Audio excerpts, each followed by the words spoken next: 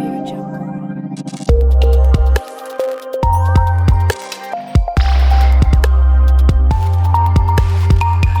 India TV9 news Maharashtra. Mohol शहरात काल रात्री एका ढाब्यावर ईव्हीएम मशीन आढळल्याची घटना समोर आल्याने परिसरात मोठी खळबळ उडाली. निवडणूक प्रक्रियेच्या पार्श्वभूमीवर घडलेल्या या प्रकारामुळे नागरिकांमध्ये संशय आणि चर्चांना उधाण आले होते. दरम्यान या प्रकरणाबाबत महसूल उपजिल्हाधिकारी संतोष कुमार देशमुख यांनी अधिकृत स्पष्टीकरण दिले आहे. महसूल उपजिल्हाधिकारी देशमुख यांनी सांगितले की ढाब्यावर ईव्हीएम मशीन आढळल्याची घटना सत्य असून ती गंभीर आणि दुर्दैवी आहे. मात्र नागरिकांनी घाबरण्याचे कारण नसून त्या मशीन अतिरिक्त होत्या आणि त्या प्रत्यक्ष मतदानासाठी वापरण्यात आलेल्या नव्हत्या असे त्यांनी स्पष्ट केले.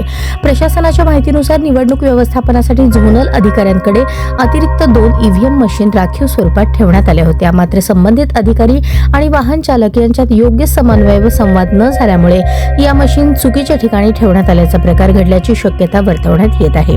या घटनेची प्रशासनाने गांभीर्याने दखल घेतली असून संबंधित अधिकाऱ्यावर कारवाई करण्यात येणार असल्याचेही देशमुख यांनी स्पष्ट केले. तसेच सध्या त्या सर्व अतिरिक्त मशीन सुरक्षितपणे स्ट्रॉंग रूममध्ये स्वतंत्र खोलीत ठेवण्यात आले असून त्यांची नोंद व तपासणी पूर्ण करण्यात आली आहे. दरम्यान या घटनेमुळे निवडणूक प्रक्रियेच्या पारदर्शकतेबाबत प्रश्न उपस्थित होत असले तरी प्रशासनाने परिस्थिती नियंत्रणात असल्याचा दावा केलाय. नागरिकांनी अफवांवर विश्वास न ठेवता अधिकृत माहितीकडेच लक्ष द्यावे असे आवाहनही प्रशासनाकडून करण्यात आले आहे.